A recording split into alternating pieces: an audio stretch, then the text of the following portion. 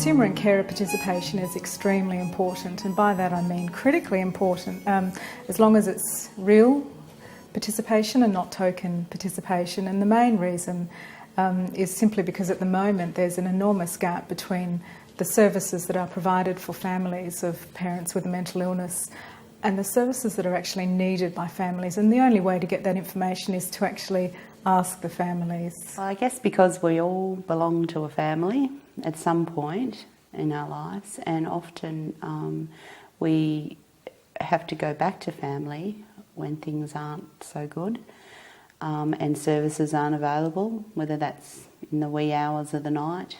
And most of us live within families, so we have children of our own, partners, and when there's mental illness, it doesn't just impact the person themselves. It does have an effect on everybody around that person that either is living with them or supports them in some way. Services come in and come and go, as we know, but family there in between times and at the end, just as they were at the beginning. And by educating the family as well, we can help everybody.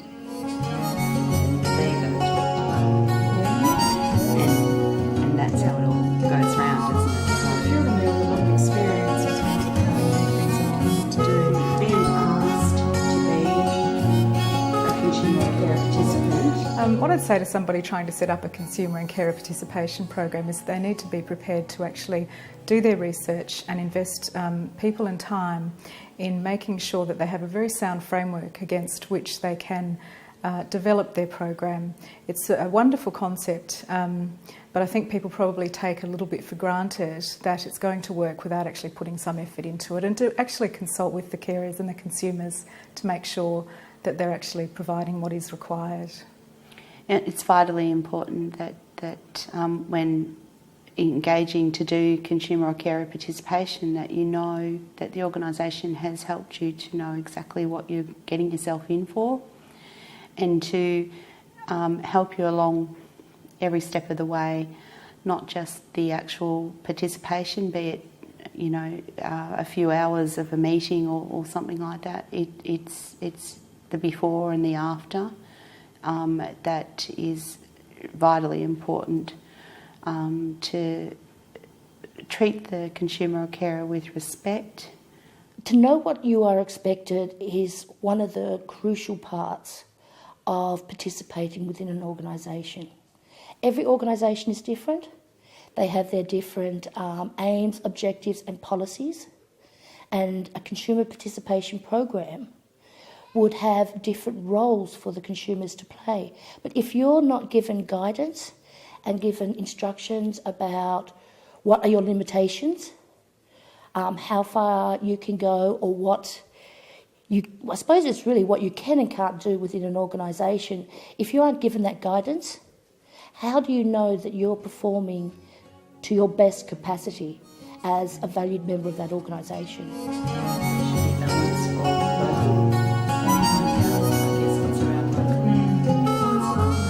Most people we have there were meant to be there. There was value for most people to keep them. Yeah, well, I'm keen to do that, still though. And I think a lot of people are. Protecting the privacy of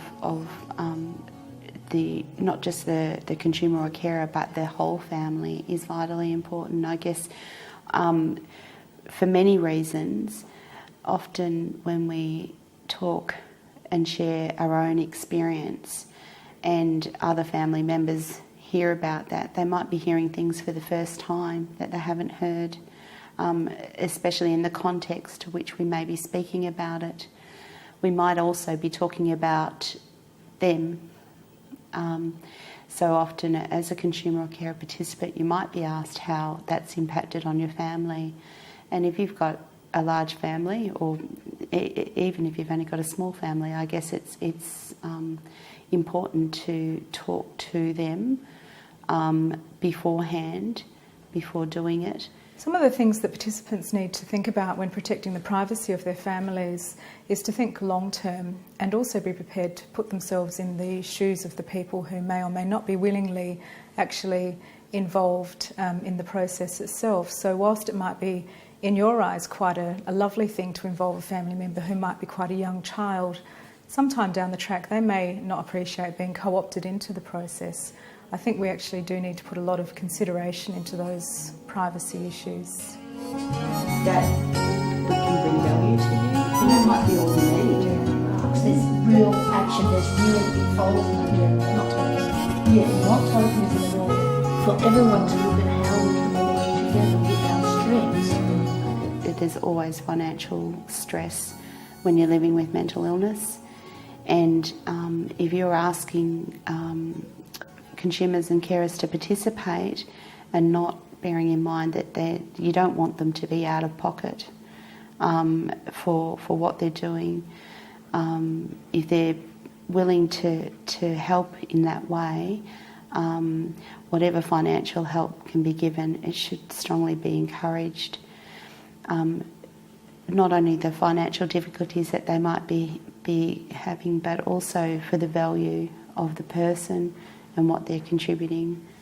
Organisations can show respect for consumers and carers primarily by the way that they actually walk their talk when it comes to participation. So doing things that show that they actually value what people have to say instead of just listening or ticking a box or providing some kind of token framework against which this participation takes place. So actually acting on what people are saying, providing them with feedback, showing them that their input is actually valued is really important. There was opportunities to do a lot more to keep it that way, so that those sort of bonds and the group connection can continue. Put some structures in place. We've got an email group. I think if you looked at it as a consumer and even a carer participation project, There's still such a small number of people from a cold background, culturally and linguistically diverse background, and Indigenous Aboriginal backgrounds that are participating as consumers. And services really need to engage with these consumers because they have a wealth of knowledge and experience on how to interact with people from their relevant cultural backgrounds. They've got the language experience. They've got the diverse cultural perspectives of mental health and mental well-being and mental illness. One of the reasons is sometimes they feel like the services don't have enough understanding of their cultural needs when they access the service. So these consumer representatives and participants from a cold and Indigenous background can be extremely valuable to create that knowledge and that link. Yeah, I know. I'd love to have spent like a bit of time. We just ran out of time at the end, but talking about what the group was as an identity. the group, a core group that we want to do. But at the same time, I think the part that concerns me is that now we're Being given that feedback about how your input has been or is going to be used is a really important way of sustaining the interest that one has in terms of participating in these programs. It's something that tells you that you're being valued as a person and that your opinion is considered to have some expertise behind it. It's very important. Yeah, I would really encourage people to, consumers or carers, to try a bit of consumer or carer participation. It's not for everybody. It's definitely not for everybody. I think if you give it thought, a lot of thought, you talk with your family about it, and I urge not just your immediate family, but perhaps your parents, aunts, uncles, anybody that you're close to, and listen to their feedback as well about it, and by giving it a go, you've got nothing to lose, I suppose. I've come across so many workers who've been very appreciative of hearing lived experience and how it's helped them in their work. And I know at times my children have been really proud of me for speaking up about my illness, and that's nice too, to get that feedback.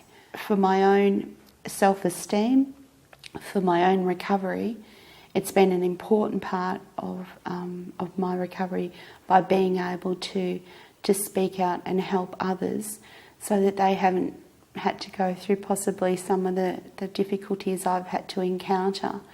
And I guess that's one of the motivations that keeps me doing it. But it's not an easy process. And you've got to recognise that there's going to be some challenges. And there are ways and solutions to overcome those challenges, but unless you recognise them first and look at strategies on how to engage, you won't engage properly. But there's a lot of good opportunities here. For anybody thinking about working in this area and using carer and consumer participation, I'd say to them that it's an extraordinarily valuable exercise, both as a carer for myself. It's been something that means that I feel like I'm giving something back. After many years of suffering and deprivation, to actually be able to give something back to the future generations of people is really important. From an organisational perspective, I think it's also equally important because you're getting the experience and the expertise of people who have lived something that the services at the moment don't cater to, and that's such a huge gap in the knowledge within the sector, and it's something that's absolutely critical going forward. And so they're not challenged to actually